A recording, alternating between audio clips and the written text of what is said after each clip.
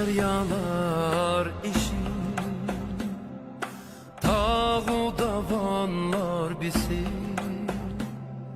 ana yurtum makanim, diyarımga barğum ba menim. Hindi tenim tükülgen, ata buvam kümülgen, qad kütürüp tik turgan Tangri tağni körgün ba menin. Qo'zg'alg'in Uyg'ur emas, Vatan qo'ldan hargiz ketmagay. Ay yulduz bayrağın kök yüzüde körgün ba menin.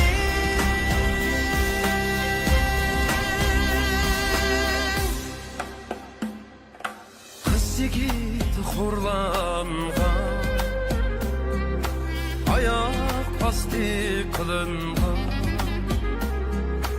ezilgen şu halkının kollarını süygün ba menin.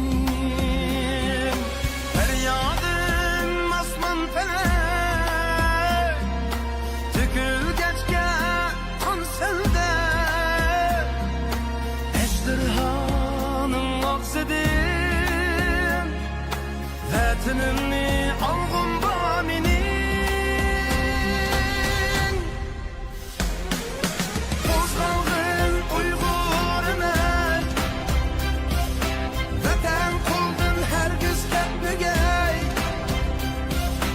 Ay yulduz bayrağın kök yüzüde körgün ba menin.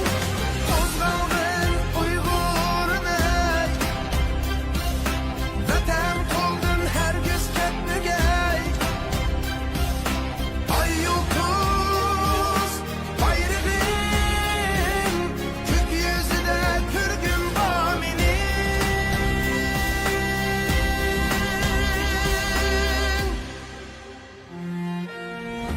Vətənimə, ey Allah, bolğay sən özün panah. Mənmu hürlük ilkidə qaqaqlab bir külgün ba.